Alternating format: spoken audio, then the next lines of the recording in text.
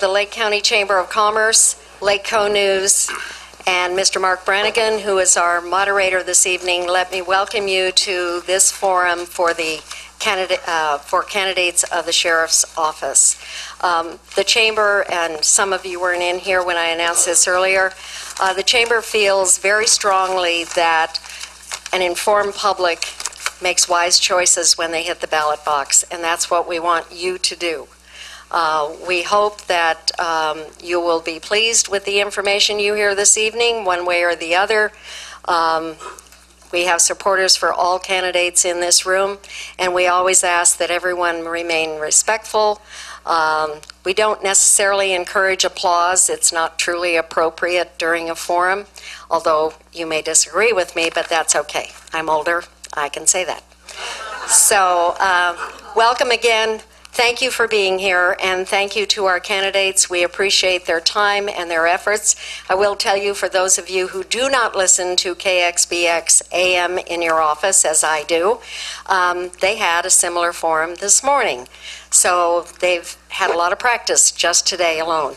So thank you again for being here, and I will turn the microphone over to Mark Brannigan. Thanks, Melissa.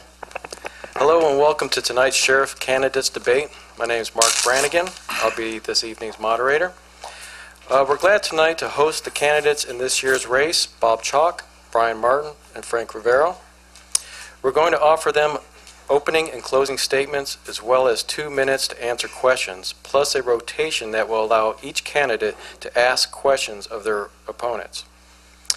We want to recognize the Lake County Chamber of Commerce for co-sponsoring this event with Lake County News. Mackenzie Payne of Velocity Video is once again our videographer for this evening, and we thank him very much for his work to help these debates be viewed by community members. And let's get started. We'll begin with the 2-minute opening statement. Oh, yeah, Melissa. So one of the ground rules is time. So we're going to try to get through all these questions as quickly as possible. We have a 2-minute, each question is going to be 2 minutes, where each candidate has 2 minutes to respond. And Melissa here is going to be keeping the time. And we have 2 cards here. One is a yellow card. So when that card is raised, we're going to be looking for the candidates to start to wind the question down. 30 seconds. Yeah, it'll be 30 seconds left, so it'll be a minute and a half into the question, answering the question. When the red card goes up, the question should be completed. And that's just to give everybody enough time to answer all these questions and be aware of your time to be here and wrap this up on cue. Okay, anything else, Melissa? Okay, let's get started. We'll begin with the 2-minute opening statement. The order was determined beforehand by a selection of a number, and the order that was determined by this random number came out as seated. We have Brian Martin's going to be the first candidate to give the opening statement, and we'll also do that with the questions. Brian will be asked the first question, then it'll go to Bob on the second question. The third question will go to Frank. So we have the opening statement for Brian. Thank you, Mark, and thank you, Melissa, for putting on this forum. I also want to thank all of you for spending your evening here with us, and a special thank you to my wife, Crystal, who's seated in the front row. She just blew me a kiss. That's her code for keep it short and sweet. 2 minutes doesn't leave a whole lot of time, but I just want to tell you a little bit about myself. I'm a military veteran, I'm the only military veteran on this panel. I served as a military police officer in the United States Army. My career continued when I joined the police department at Pismo Beach Police Department, and I became a deputy sheriff in Lake County in 2005. I promoted through the ranks from deputy to sergeant to lieutenant, and I am currently the assistant chief probation officer. I talk really fast because I'm sometimes a little bit nervous and there's a lot of information to get in. I have a Bachelor of Science in Public Administration with a concentration in criminal justice. I've been actively involved in law enforcement for my entire career. I have over 22 years of law enforcement experience. Sometimes the question comes up is, well, this guy, he's too young for this job. I'm 42 years old, for any of you that have questions about that. I think like, as goes in the fairy tale, I think my age is just right for this job. I have a long career ahead of me, and I plan on serving this community for years and years to come. What I bring to the table is a spirit of cooperation and collaboration. During the course of my law enforcement career, I've worked with law enforcement agencies and officers across the county, across the state, and across this country. I fully understand the meaning of unity and cooperation and collaboration in providing effective law enforcement community services to our communities. What you will get from me, Brian Martin, as your sheriff, is a leader you can be proud of and one that you can respect and look forward to having make positive changes. Not change just for the change of change's sake, but positive changes and improvements. Thank you. Thank you, Brian. Next, Bob Chalk. Also, my accolades go out to each and every person here for being attentive to coming and paying attention to what's going on and how important this election is going to be. Thank you also, Mark and Melissa. As many of you know, I'm a fourth-generation resident from Lake County. I was born and raised in Kelseyville. I graduated from Kelseyville High School. Then I attended Yuba College in Marysville. After completion of the college, I returned to Lake County and went to work for the Lake County Sheriff's Department. I worked as a deputy sheriff at the Lake County Sheriff's Department. I worked from 1975 to 1981. In 1981, I was asked to join the newly formed Clear Lake Police Department. I accepted that offer and went to work for Clear Lake Police Department. I began as a patrol officer. I later became a sergeant, a lieutenant, worked for 9 years as second in command, and spent the last 14 years as a police chief for the city of Clear Lake. I'm very proud of the accomplishments in Clear Lake. I'm very proud of the men and women working in Clear Lake also. They endured day in and day out to help Clear Lake reduce the crime rate by 65% during my 10 years as police chief. And I'm exceptionally proud of each and every one of the Lake County's law enforcement officers, and that includes all the staff members that work for each and every one of the law enforcement agencies. Many of you have probably heard that I spent the 32 years of law enforcement in Lake County. I'm also a graduate of the FBI National Academy in Quantico, Virginia. You may know that I've managed multi-million-dollar budgets. I did that for 14 years as a police chief. Not at one time did I ever exceed my budget. In fact, almost every year I had a cost balance at the end of the year.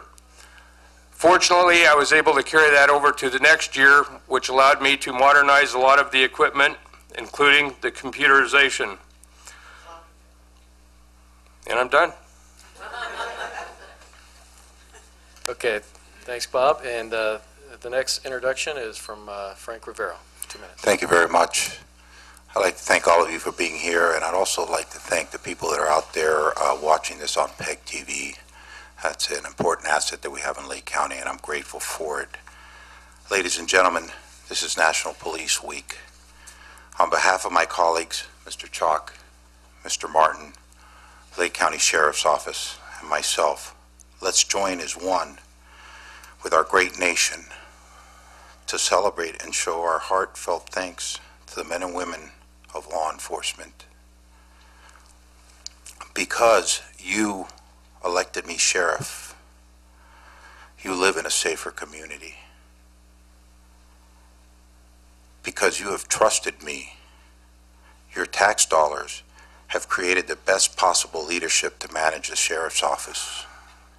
And because we have hired the best people possible to serve you, those people continue to meet the challenge. And they know that to be true. Thank you. Okay, we'll get started with the questions. The first question is going to be presented to Brian Martin, 2 minutes, and the question is, what one key area in the sheriff's office do you plan to improve immediately if you're elected? I've said from the beginning of my campaign, as I said earlier in my opening speech, that cooperation is key to success in our community with the Sheriff's Department.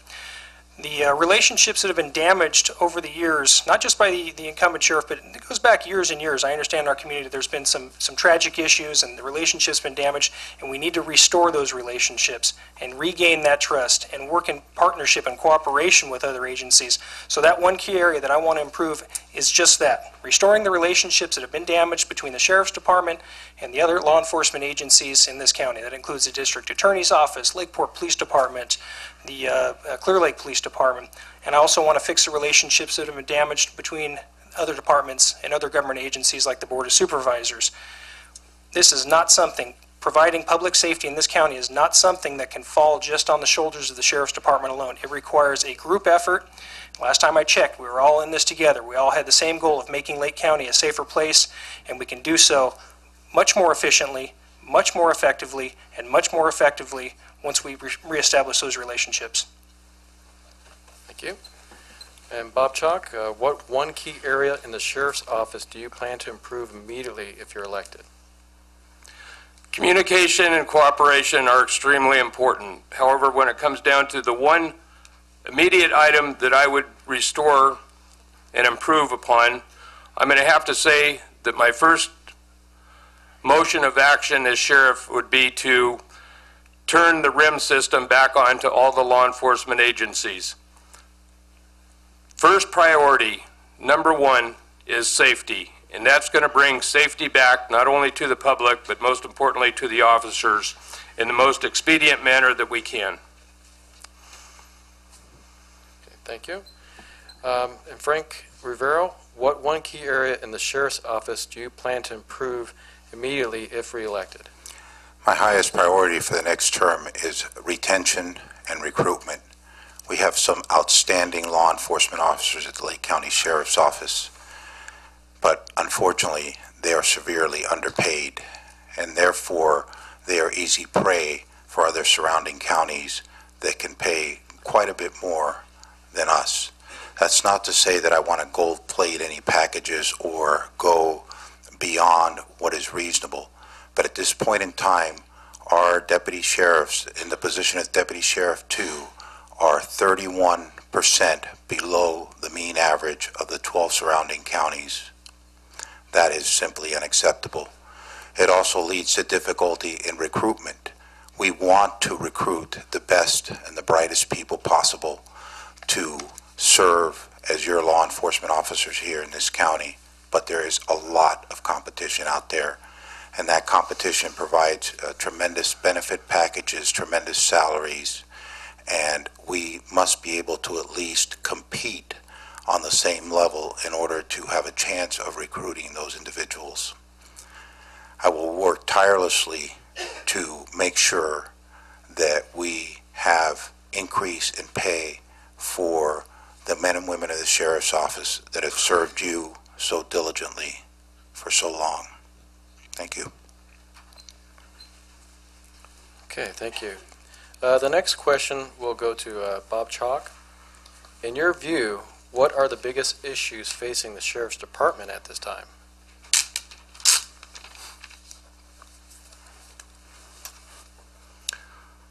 The largest issue facing the Sheriff's Office is going to be safety, and that's primarily because there's a need to hire additional deputies. Response times are slow at best on most occasions. Backup for the officers is less than necessary in most all the instances that occur throughout the rural areas of the county. I think the largest issues as far as safety is going to be addressed through training and the additional hiring as possible, and the cooperation and working with the other law enforcement agencies. When there's a lack of sheriff deputies in a specific area and officers from the police departments and other law enforcement agencies in the county are available and willing to assist, that's going to be a great benefit to the sheriff's deputies that are in the rural areas and need assistance and backup for their own safety. Okay, thank you. Frank Rivero, in your view, what are the biggest issues facing the Sheriff's Department at this time? The biggest issue facing the Sheriff's Department at this time was not anyone's fault in this room. It was Assembly Bill 109, which is commonly called as a realignment. That realignment transferred state prisoners into local custody. It also released approximately 10,000 prisoners early from state prison. Those prisoners have been distributed throughout the state and currently run free. It causes a twofold problem. First, We have individuals who are extremely sophisticated and are out on the road and understand law enforcement and have spent much time in prison learning how to defeat law enforcement, and that presents an enormous officer safety risk and hazard that's unacceptable. Second is jail overcrowding. When I started as sheriff, I had approximately 170 inmates inside the Hill Road Correctional Facility. We are now ranging somewhere between 325 and 350 on a daily basis. We are licensed or approved for 286, so we are already suffering serious overcrowding. I expect that that overcrowding will continue as more people are sentenced under the realignment, and expect to see in excess of 400 plus by the end of the year is my estimate. We too will be faced with overcrowding lawsuits and civil rights lawsuits, and we need to address that immediately. Okay, Brian Martin, in your view, what are the biggest issues facing the Sheriff's Department at this time? I'm in agreement with the incumbent sheriff. I think both he and I have been dealing with the issues presented to this county and law enforcement and criminal justice realignment issues, and it's gotten out of hand. Our facility that's licensed for 286 inmates is now anywhere from 300, as his estimates are, 325 to 350. The reason we have criminal justice realignment is because of overcrowding at the state prison system. The Supreme Court forced this decision on us, and we were forced in our state to release these inmates and put the responsibility of dealing with inmates in the future at the county level. The answer is simply not to put more people in the same amount of jail. The answer is to come up with long-term solutions and address these problems in a smarter manner. Funding that comes from the state is designed for programs that treat people that have substance abuse problems, people that have employment problems. They can't get a job because they don't have a high school diploma. We'll get them a GED. If they don't have job skills, we can put them in a job skill treatment program. There are people that are in custody that may be there for nonviolent offenses waiting trial. With a cooperative relationship between the Sheriff's Department and the Probation Department, say for example, we can have pre-trial programs, pre-sentencing programs where we can monitor these inmates and free up bed space in our jails for the most serious and the most violent offenders. Another issue that I would like to see tackled to deal with the overcrowding problem is a veterans court in our county. We have our veterans that go off and serve our country and see horrible things that most of us are fortunate enough not to ever have to witness. And those experiences often lead them to have substance abuse problems, anger management problems, and to come into contact with the criminal justice system. With a veterans court, we can identify veterans and point them in a direction that is not simply incarcerating them, but putting them in a program that serves them by getting them better and steering them away from criminal activity in the future. It's the right thing to do. Thank you. Okay, the next question is to Frank Rivero. It's a bit of a long question, so if you need me to repeat it. Lake County is home to numerous American Indian tribes, which are considered sovereign nations under federal law. What unique challenges does sovereignty create for local law enforcement, and how can the Sheriff's Office best work with local tribal governments to ensure fair treatment for tribal peoples? Sovereign governments mean just that. They're sovereign governments. They have the ability to dictate how they operate as a government. Although there is one caveat to that. We, in 11 states, control the law enforcement for rancherias. And under that control, we are required morally and ethically to provide them with equal treatment under the law. So we must acknowledge their sovereignty. We must treat them the way we would treat any other citizen in this county, and we must provide effective and efficient law enforcement for them. I'm proud to say that we have done exactly that. We have provided them with exactly the same treatment as any other citizen in this county, and it's been exemplary. I have worked with tribal governments on many different issues. Recently with the Upper Lake Tribe, there was an issue concerning staging and the fire department. I had several meetings with the chair there, or conversations which resulted in a meeting, and the issue was resolved. Thank you. Brian Martin, Lake County is home to numerous American Indian tribes, which are considered sovereign nations under federal law. What unique challenges does sovereignty create for local law enforcement, and how can the Sheriff's Office best work with local tribal governments to ensure fair treatment for tribal people? It's impossible to simply summarize Public Law 280 in a 2-minute spiel, but a real quick interpretation of that is Public Law 280 is a federal law that grants local jurisdictions the authority to enforce criminal law, not procedural law, on tribal lands. There are many, many nuances and things that a lot of our deputies just simply aren't aware of. A lot of our tribal members aren't aware of them. My commitment to the tribes has been, and will continue to be, that I will bring a training program here to Lake County that will be post-certified. I've gotten training programs here at the Sheriff's Department post-certified in the past, and I think the current sheriff is still using those programs, and I'm proud of that. But I want a Public Law 280 program and training class here in our county so that we can train our own law enforcement deputies and police officers in this county, and also invite deputies from surrounding counties. This isn't unique to Lake County. There are a lot of counties in the North State that have the same issues that we do, and it's very important to provide that training to our deputies so that they can effectively do their job with the knowledge that's required. A component of that training I've committed will be dedicated not only to Public Law 280, but to Native American cultural studies. There's a lot of times what I found is there's a big understanding when non-native law enforcement shows up on tribal lands because there is conflict and there's confusion about the existence of the laws. What laws can a deputy enforce against tribal members on tribal lands, and what laws can't they enforce? A lot of times they don't know. A lot of times, since they don't know, it might appear that they don't care. I can tell you that the men and women that work at the Lake County Sheriff's Department care about everyone they go out and serve. And they got into this profession because they care about people and they want to help people. And I'm committed to providing them with the knowledge and the training so that they can effectively do their job and be more understanding when they're serving our communities, both native and non-native alike. Okay, thank you. Bob Chalk, Lake County is home to numerous American Indian tribes which are considered sovereign nations under federal law. What unique challenges does sovereignty create for local law enforcement, and how can the Sheriff's Office best work with local tribal governments to ensure fair treatment for those tribal people?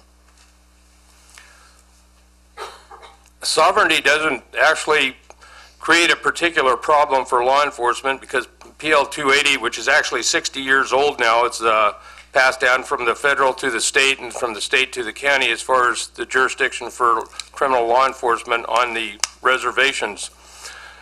The tribes actually retain their own sovereignty under PL 280. It specifically gives the local law enforcement agency jurisdiction to handle criminal matters on the reservations. It also allows the reservations and tribes to regulate their own reservations by ordinances the same as a city would do or a county could do. They can make up their own laws, and those can be enforced by the local law enforcement agency also. They also have a right to have tribal courts. I would suggest that tribal courts are used for a lot of the incidents that occur on the reservations. That has to be with the authorization from the district attorney. The sheriff could only make the recommendation. We need to work with the Indians to resolve any of the conflicts. We need to train our officers so that they understand the different traditions that the Indians have and can work within that traditional aspect. I would work in training the officers. I think that one of the most important aspects that we have in this county is from the gaming on the reservations, and we need to make the reservations safe for those people that are actually using the gaming facilities on the reservations.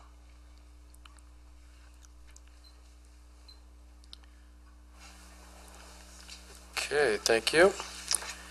The next question is for Brian Martin. In the process of negotiating with the Sheriff's Office Employee Association, do you support binding arbitration, and why or why not? In the Lake County Deputy Sheriff's Association, the Employees Association? With the Sheriff's Office Employee Association is a question that was posed. Okay. It's confusing. I don't think, I'll just answer the question as it's posed in relation to a deputy sheriff's association. Binding arbitration has taken place in a lot of areas throughout the state, and it's proven to be quite costly. And the county that I came from in San Luis Obispo engaged or enacted binding arbitration for their police department in that county, and the officers there got a lot of raises, but it didn't create any more money. So what ended up happening is those that had enough tenure and time on the job kept their jobs. It resulted in a lot of layoffs. I think the labor negotiations is something that needs to be left up to the labor unions, and not necessarily something that a sheriff should get involved in. I hear the incumbent sheriff saying that he advocates for pay raises, and I don't think there's anybody in this room who thinks that our deputy sheriffs are unfairly paid. However, after almost 4 years in office, they still haven't had any raises. I think that my time would be better spent addressing issues that I can impact and have control over. Thank you. Bob Chalk, in the process of negotiating with the Sheriff's Office Employee Association, do you support binding arbitration, and why or why not? The sheriff actually has no authority as far as the funding for the sheriff's department, including the pay salary for the employees of the sheriff's department. The question is about binding arbitration, and I'm not sure what specifically is meant on what aspect of the binding arbitration, because we could be talking about two different types of binding arbitration. We can talk about binding arbitration with reference to pay. I think I just addressed that. So I'm going to also address another binding arbitration, and that would be for disciplinary actions that occur within the sheriff's department. Number one, on the pay, I can say that the sheriff has no authority to do that. Number two, as far as binding arbitration for disciplinary action, I as a sheriff would support that, so it's fair and unbiased, and there's an appeal process that is proper for the employees. Thank you. Frank Rivero, in the process of negotiating with the Sheriff's Office Employee Association, do you support binding arbitration, and why or why not? I personally do not support binding arbitration for the deputy sheriffs. I have witnessed for the last 3.5 years the negotiating process that both the DSA and the LCCOA and other unions in this county have gone through with the county, and I don't believe, in my opinion, that it's been fair or equitable. I believe that the glass ceiling that's been held over all county employees for the last 7, almost 8 years should be removed, and it should be removed immediately. I also believe that the Board of Supervisors should deal fairly with all the county employees. The people that work for this county are our human resources and our most important resource. I think that we should support, as a community, better pay and better benefits for all the individuals, the men and women, who strive to support you in each and every one of their endeavors. Okay, thank you. The next question is for Bob to start. Please describe the methods of media tools you will utilize to communicate with the public to promote transparency and to educate.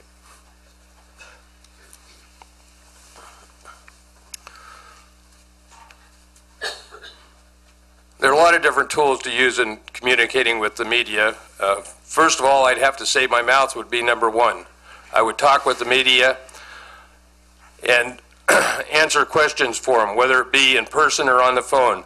Number two, we have to look at what the electronic media has gone to nowadays, and it's the fastest form of disseminating information to the public through the media.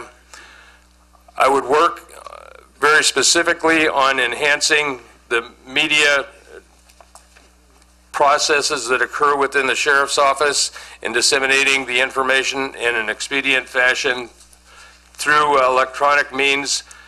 I know that they have the Nixel program that's in process with the sheriff's department. I believe that that's a good program in disseminating information not only to the media but also to the public. I think just cooperating with the media and letting them know that you're there to answer questions for them, that you're going to be open and honest in answering the questions, and you're not going to try to cover anything up, is the best support that the sheriff and the media are going to have together. Thank you. Frank Rivero, please describe the methods of media tools you will utilize to communicate with the public to promote transparency and to educate. When I took office, I implemented Lexipol, which is a procedural manual that is designed to unify the rules and regulations of many law enforcement agencies in the state and hopefully in the United States. In that manual, we use Nixle as our primary tool to release media information. But it not only releases it to the media, it also releases it to about 3,000 residents at the same time who are signed up for the Nixle program.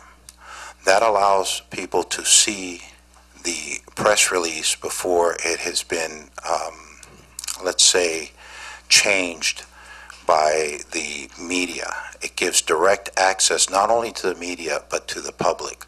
I also have an outstanding public information officer. He's available all the time to talk to the media. He responds as quickly as possible. He does have other duties as part of command staff, but his primary duty is to respond to the media inquiries and to put out media and public information releases. I also publish my cell phone to everyone in this county. There should be no one in this room who does not have my cell phone, so that they can have direct communication with me at any time that they need it. And I provide the information that we can legally release as soon as it can be legally released. Okay, thank you. Brian Martin, please describe the methods of media tools you will utilize to communicate with the public to promote transparency and to educate. Obviously, with increasing technology, social media is the media of the future, but we still have our local press here, our Lake County News and the Record Bee, and as well as the Press Democrat, who are kind of our local news sources here. We've heard talk about the Nixle program. I implemented the Nixle program before I left the Sheriff's Department. I'm very familiar with how it works. To me, the Nixle program, as it's been used since the incumbent sheriff took office, is a very controlling and not a full use of the Nixle system. That system has the capability of targeting certain geographic locations in our county to only send messages to people in that particular area that are of concern to them. You may not want to subscribe to Nixle and hear about every drug bust that happens, but you might be concerned about somebody running around the neighborhood with a gun. We can use that system and make every deputy sheriff a public information officer. The information shouldn't be channeled through simply the sheriff's designee. Under my reign, every deputy will have a little bit of training and a little bit of understanding about what information is important and urgently should be released during a crisis situation. Every deputy is paid for by your taxpayer dollars, and every deputy should have the authority to release information that keeps you and your community safe. I'd like to see more implementation of social media networking sites such as Facebook and Twitter. I'd like to see an updated Sheriff's Department website. The design that's been there has been there for years and years and years, and it's time for a little bit of refreshing and bringing us up to date. Lastly, this isn't so much a media tool, but it's kind of a public outreach. We haven't had a Citizens Academy since I left the Sheriff's Department, and I think that's a very important program to reach out to members of our community so they can interact and understand what our deputies go through on a day-to-day basis, and let them understand what we're dealing with in our communities as far as law enforcement issues go. Okay, thank you. Next question is for Frank Rivero. How do you see the passage of Measure N impacting the enforcement of marijuana grows and cultivation?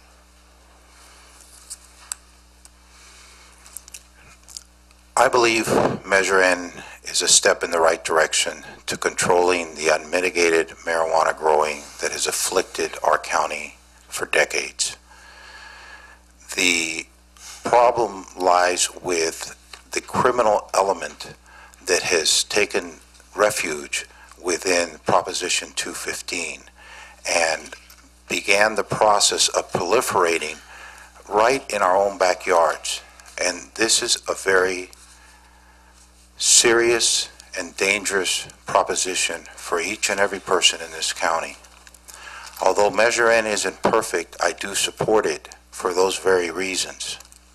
We must have some method of drawing a bright line between legitimate medical marijuana patients who are entitled by the will of the people to access to their medicine and organized criminal enterprises that are here to profiteer, to create havoc, to inflict violence on our residents, and to destroy our environment.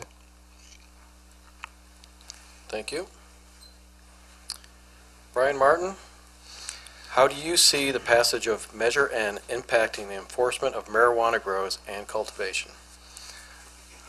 I think whether Measure N passes or not, or some other alternative initiative or referendum passes or not, the job of the sheriff is simply to allocate resources in an effective, responsible, and controlled manner. Since the beginning of my campaign, I have stated my opinion on marijuana enforcement efforts. They're going to continue no matter whether or not Measure N passes or doesn't pass or some ordinance comes into place. Large-scale commercial growing operations are the ones that draw crime to our communities. Those are the ones that draw people from all over the country to come to Lake County and bring violence, bring robberies, bring kidnaps, and bring murders to our community. And that's the biggest concern that we have to deal with. Large-scale commercial growing operations, grows on our public lands, grows where people are trespassing on other people's private property, grows that are causing significant environmental damage, not only in our outdoor areas but in our communities, and grows where people steal water or divert natural waterways are going to be the focus of my enforcement efforts by my deputies. They're going to have clear direction, clear guidance, and clear leadership to devote their activities and their efforts on those types of issues, not simply because somebody, maybe one or two plants over an ordinance. I think it's valuable to have that tool in place so that code enforcement can do their job, and code enforcement has guidance and direction. But again, when it comes time to allocate law enforcement resources in this county, I'm the only candidate that's laid out clear, understandable, and reasonable guidelines in addressing the marijuana problem. Okay, thank you. The next question goes to Brian. Oh, I'm sorry. Okay. No, I'm sorry, Bob. Bob, I'm sorry. Okay, Bob Chalk, how do you see the passage of Measure N impacting the enforcement of marijuana grows and cultivation?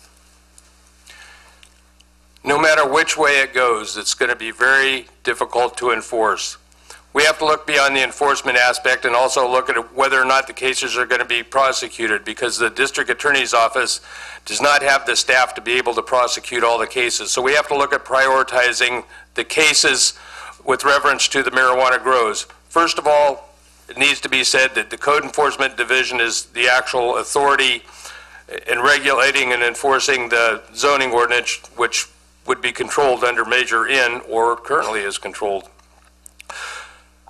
So how is the sheriff's office going to do it? Well, we know that we're not going to have the proper resource and staffing to be able to do it. The sheriff is going to act as an assistant to code enforcement on many of the incidents.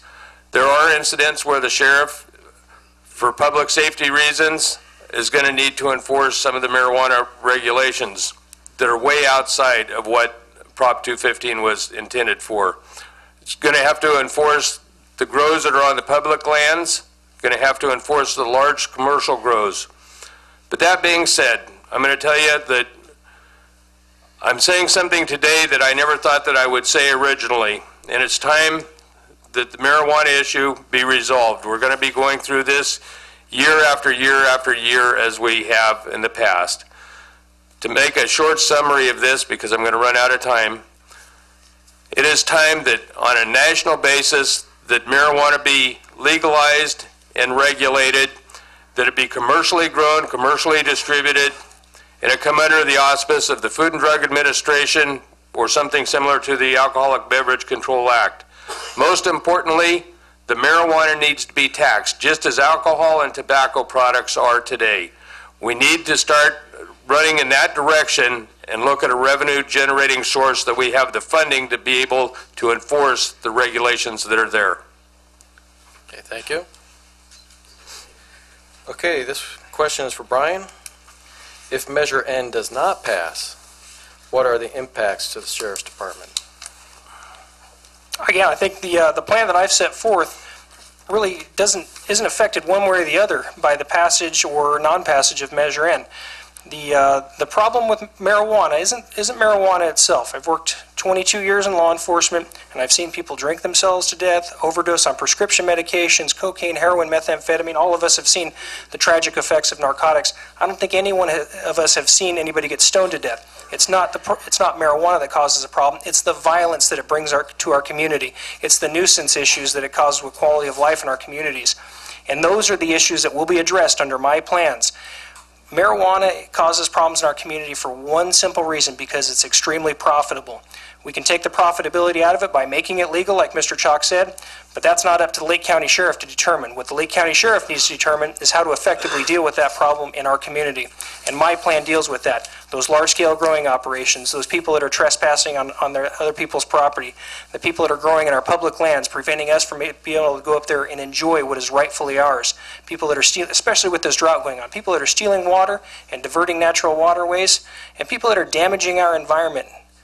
I said earlier, when I talk about environmental damage, I'm not talking about outdoors. I'm also talking about people that come into our neighborhoods and buy undervalued homes, turn them into commercial grow houses, earn their hundreds of thousands of dollars, and leave the mess behind for us to clean up. Those are the people that I want to go after. Those are the people that are causing the huge problems in our community, and those are going to be the targets of my enforcement efforts. Thank you. Bob Chalk, if Measure N does not pass, what are the impacts to the Sheriff's Department? Impacts are going to be virtually the same as whether it passes or doesn't pass. It's still going to be a problem we're going to have to deal with. We're right back to the zoning regulations for it. If it doesn't pass, we're going to have more tools to be able to regulate the enforcement of the marijuana in the county. The sheriff is certainly going to have their hands full in regulating it, but it's necessary that it be done. The marijuana issue is far beyond the issue of marijuana. I don't believe that anybody cares whether or not somebody uses marijuana for a medical purpose. What it is bringing into Lake County, as it is other counties, is a lot of crime from outside of the area. The people are coming into Lake County, they are growing the marijuana, they are taking the profits and the marijuana outside while they're creating a large problem in Lake County. We're seeing the home invasions coming from the marijuana grows. We're seeing more methamphetamine problems occurring because of the attention that law enforcement has to give to the marijuana issues and has not had the time or resource to be able to spend it on the methamphetamine problems. Methamphetamine is a killer drug. We have to start spending resources towards the methamphetamine program and bring back a narcotic task force like we had one time in the past. I believe that in the near future marijuana will be legalized. That's not what I prefer nor what I condone, but I do believe that that will occur, and I think we have to start looking at what we're going to do as far as setting up the tax base when it does become legal in California and beyond. Thank you. Frank Rivero, if Measure N does not pass, what are the impacts to the Sheriff's Department? If Measure N does not pass, that will present a great challenge to the Lake County Sheriff's Office.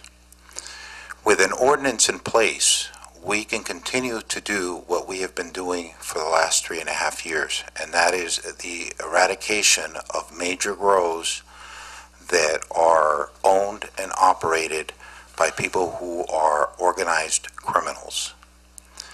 As an example, in 2013, we seized and destroyed 160,792 illegal marijuana plants.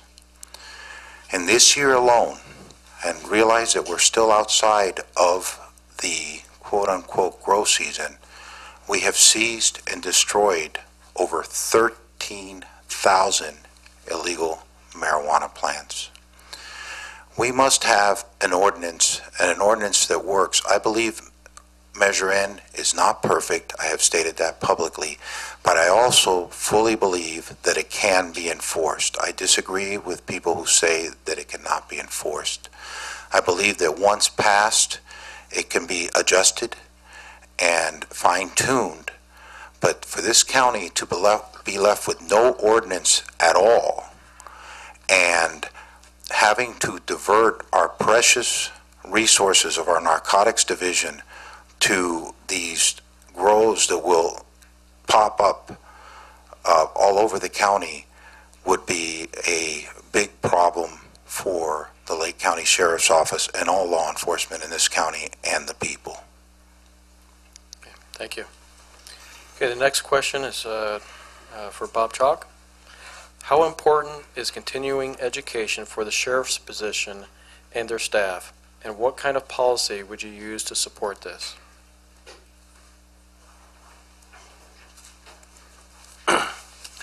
Continuing education is vital in no matter what industry you're in, particularly in law enforcement because the laws change sometimes weekly.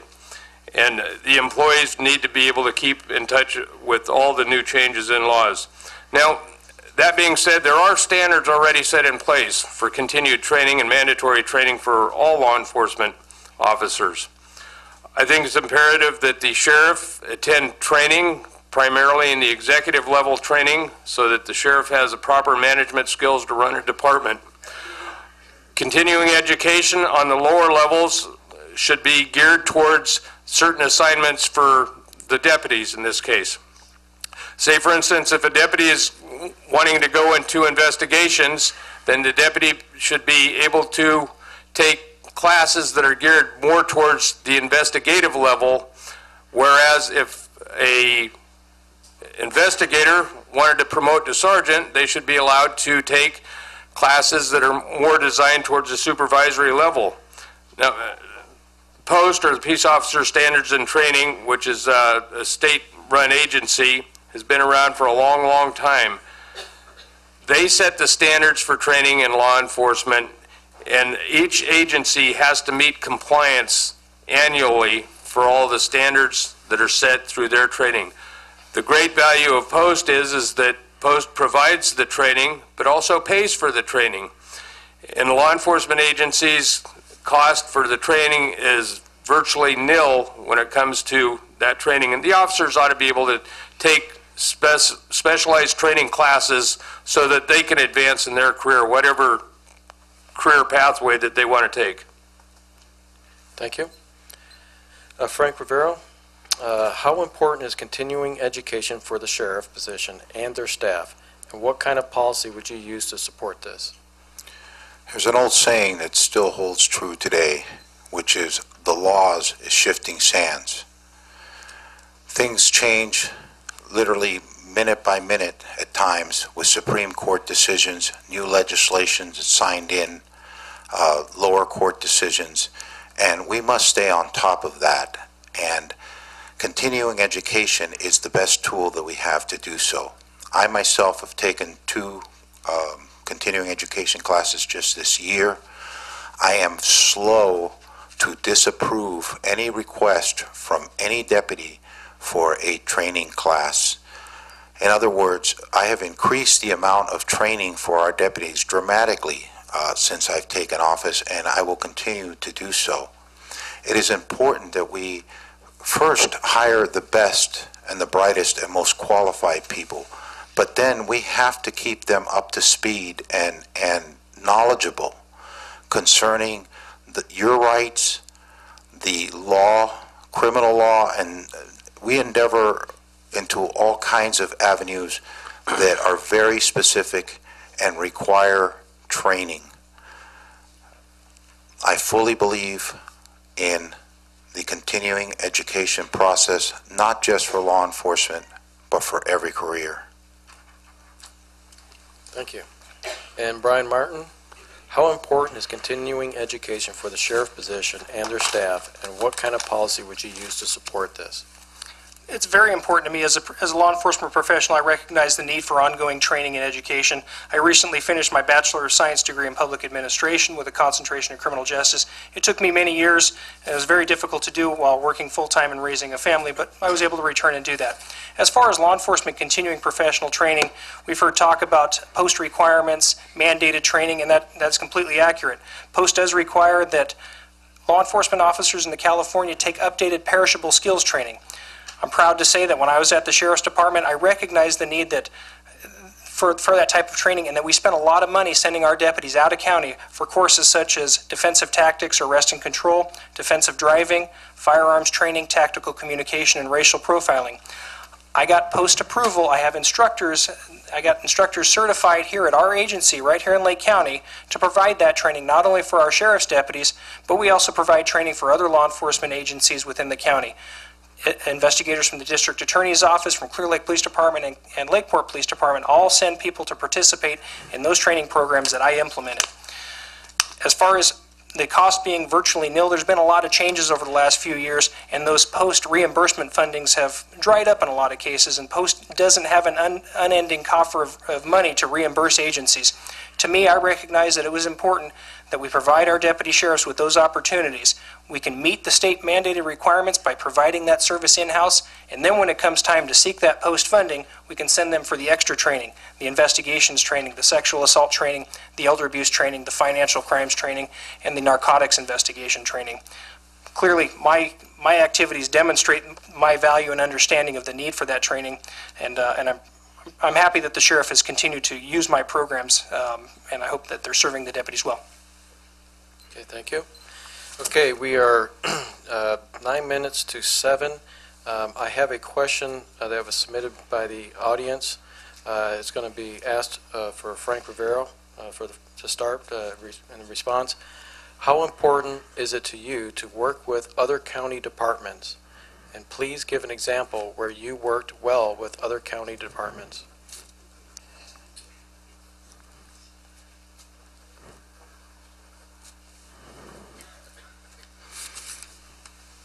It is very important to work with other county departments, but you cannot be in lockstep with other agencies or other county departments. There's a reason why there is a separation of power in this country, and it's so that does not happen.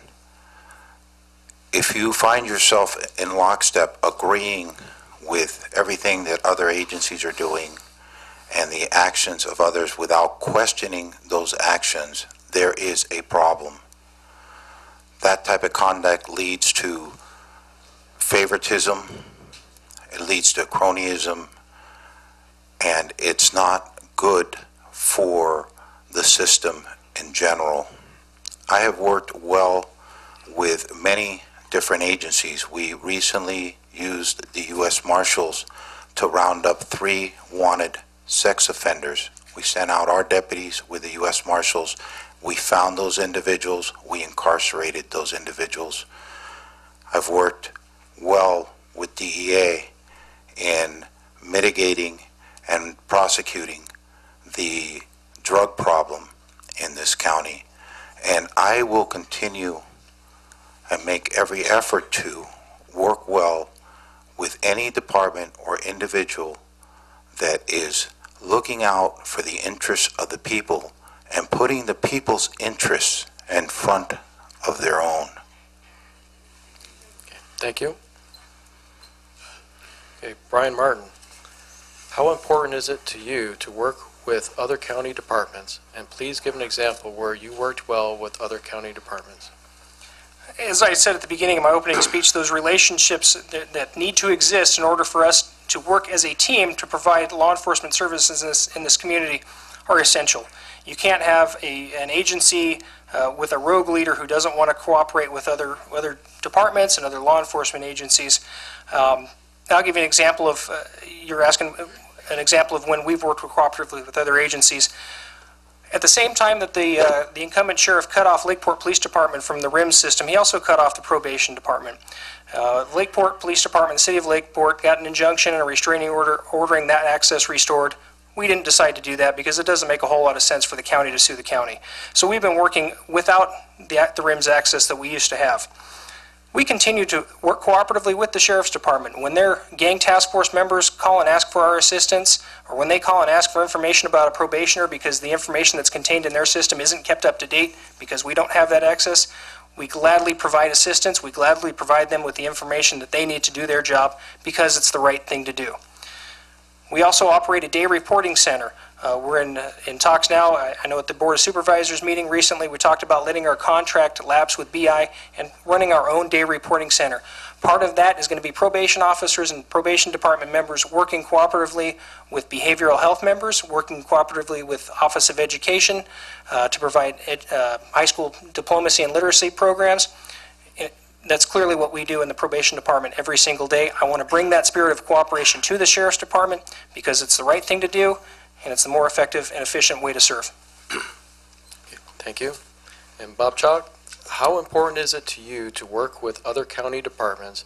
And please give an example where you worked well with other county departments. It's vitally important.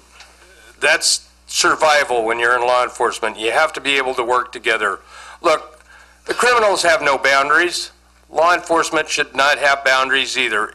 All of the agencies need to work together as one. It should not matter the color of the uniform that you wear. We're all out there to do the same job. We're all being paid by taxpayer money. On a personal level, as far as what I've done to work with the agencies, let me explain this to you. I don't think you're going to find anybody that has developed more programs that worked in collaboration with the other law enforcement agencies in Lake County. And I'm just going to name a few.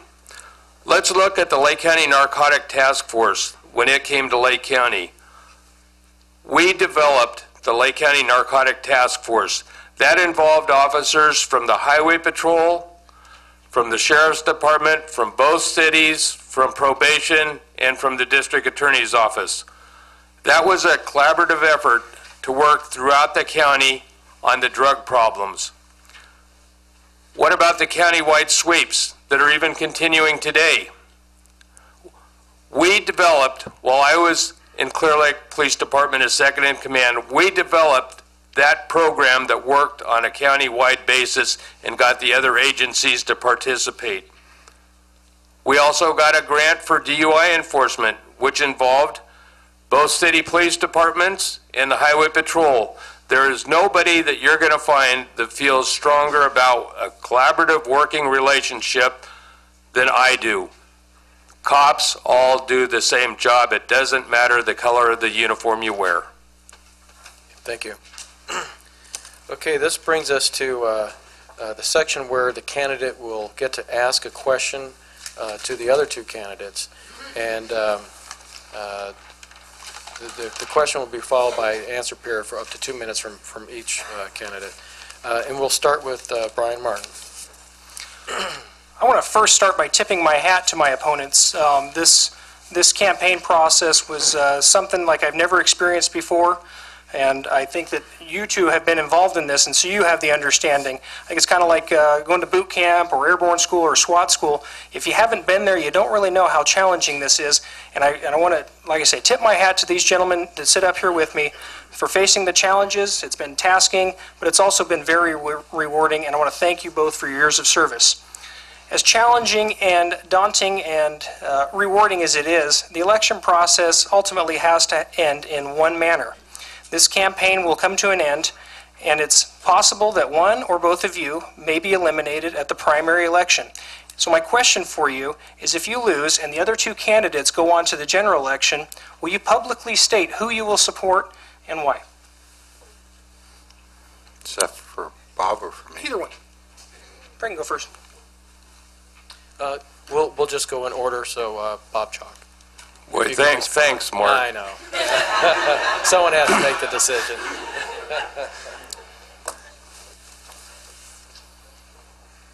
This really isn't a difficult question. I think I can summarize this up by saying yes. Okay. The question was, would I support one of the candidates into the November election if I was eliminated? The answer is yes.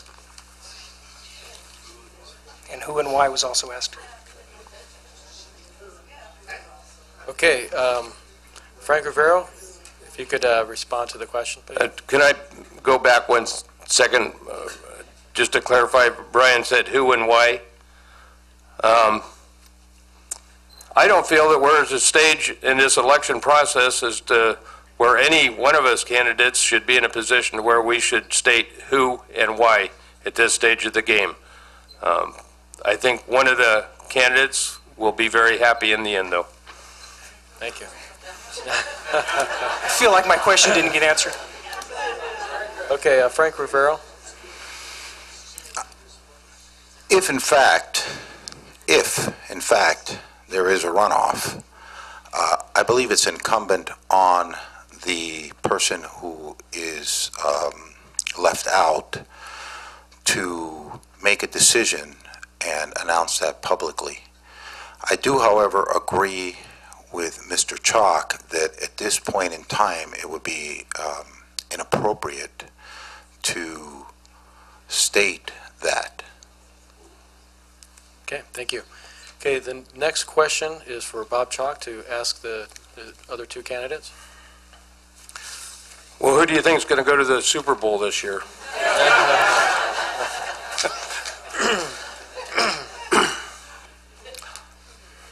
I would ask the same question of both candidates, and simply put, what is the weakest link that you would have as being sheriff? Okay, and then we'll go to Frank Rivero for a response.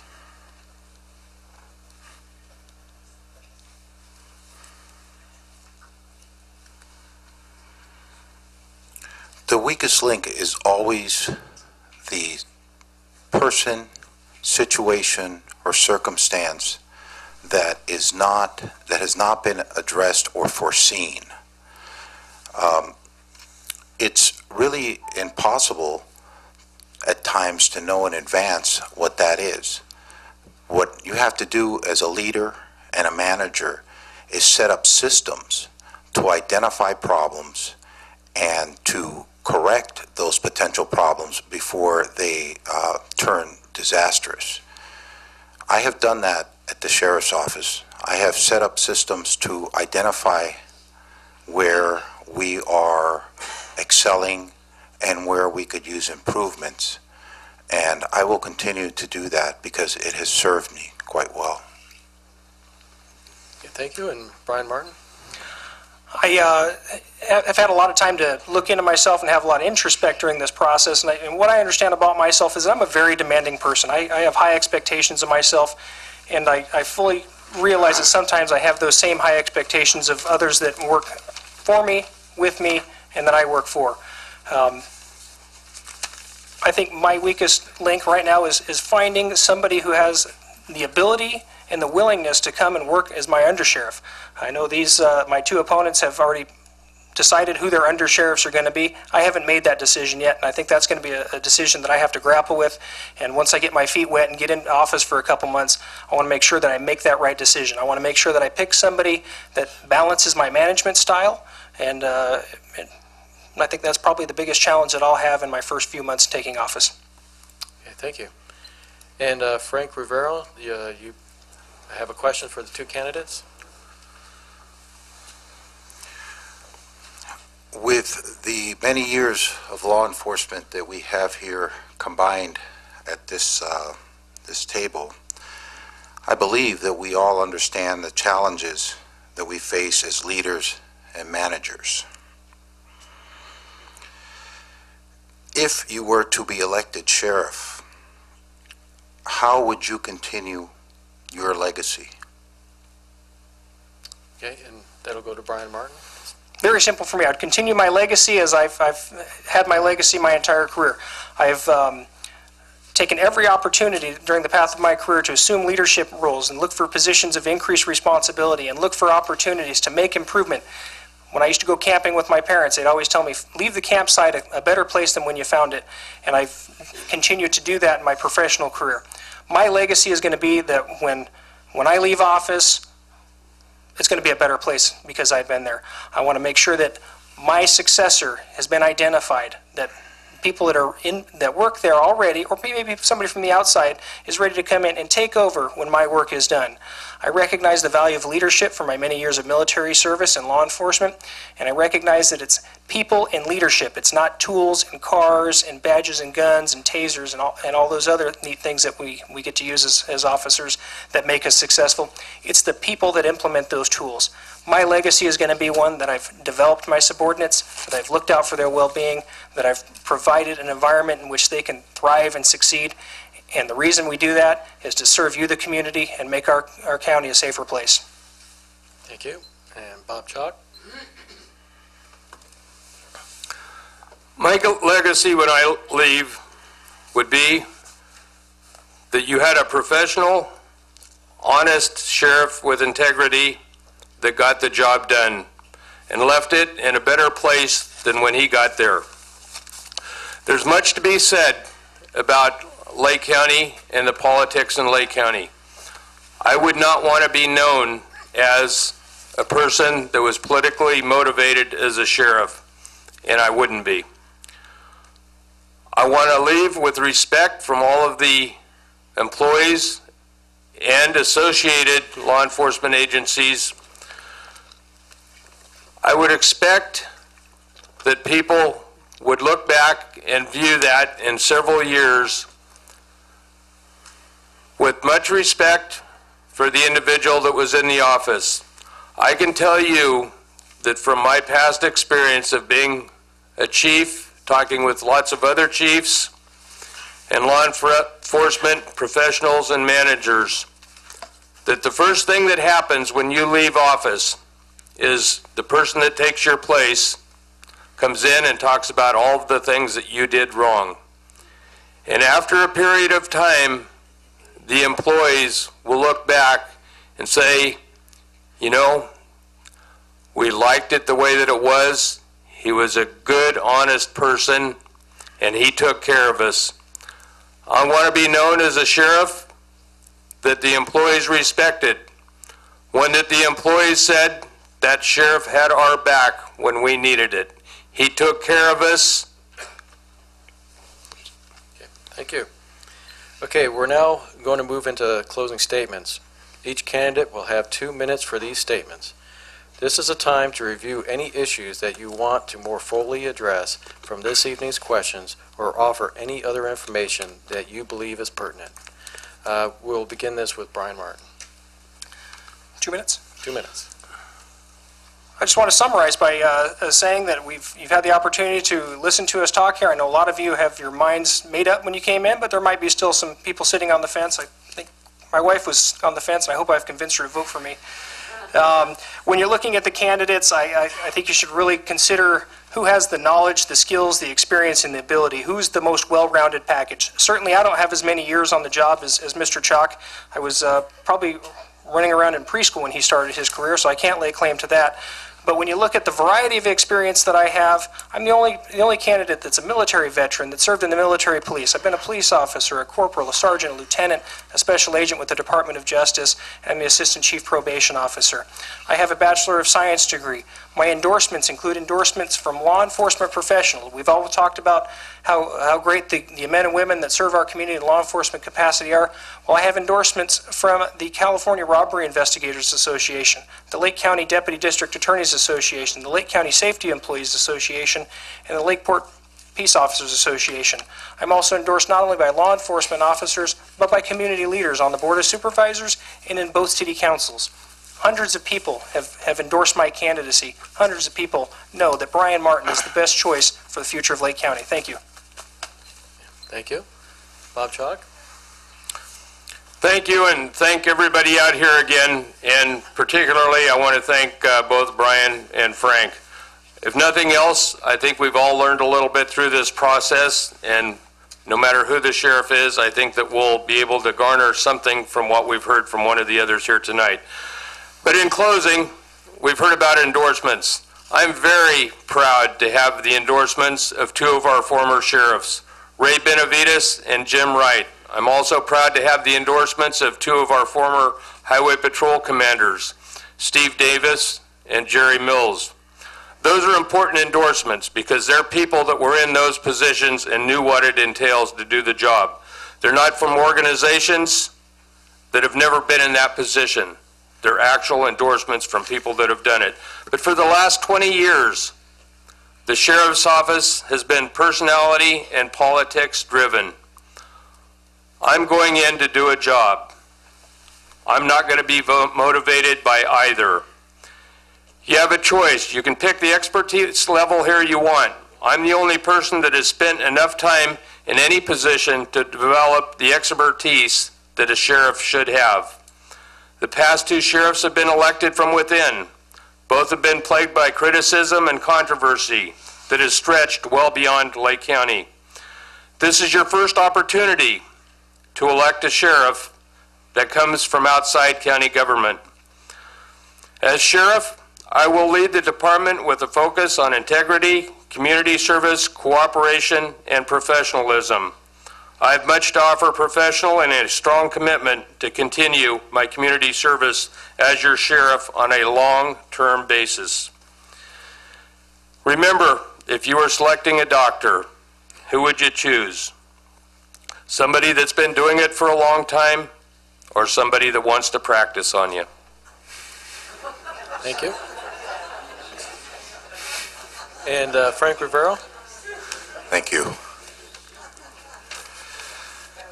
My opponents and colleagues have expressed their ideas, and I'm thankful. Because the truth is, the Sheriff's Office, the team which I'm proud to be part of, has exceeded all expectations with value-added benefits. We have modernized the Sheriff's Office and brought it into the 21st century in the last 3.5 years. The facts speak for themselves. I am holding up the arrest statistics and a comparison between 2010 and 2012. 2010 was prior to my administration. 2012 was mid-administration. Methamphetamine sales in 2010, 4. In 2012, 31. Methamphetamine possession, 2010, 75. 2012, 99. Marijuana illegal sales, 2010, 11. 2012, 17. Marijuana illegal cultivation, 39 in 2010, 79 in 2012. Marijuana legal possession, 27 in 2010, 91 in 12. Sex registered violations, 1 in 2010, 12 in 2012. Child molestation cases, 6, 2010, 8 in 2012. 8 elder abuse cases in 2010, 18 in 2012. And the beat goes on. In 2013, we seized 5.6 pounds of methamphetamine in total. This year, we are up over 9 pounds of methamphetamine and set a new record for Lake County with a 7-pound seizure. Thank you. Okay. That brings to an end this evening's forum. Thank you to Bob Chalk, Brian Martin, and Frank Rivero for their participation. I also want to thank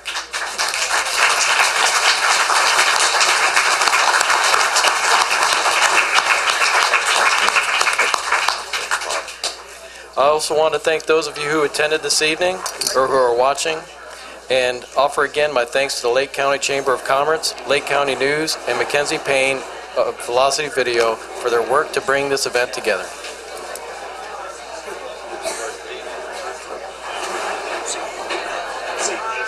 I'd like to answer a question you asked for me.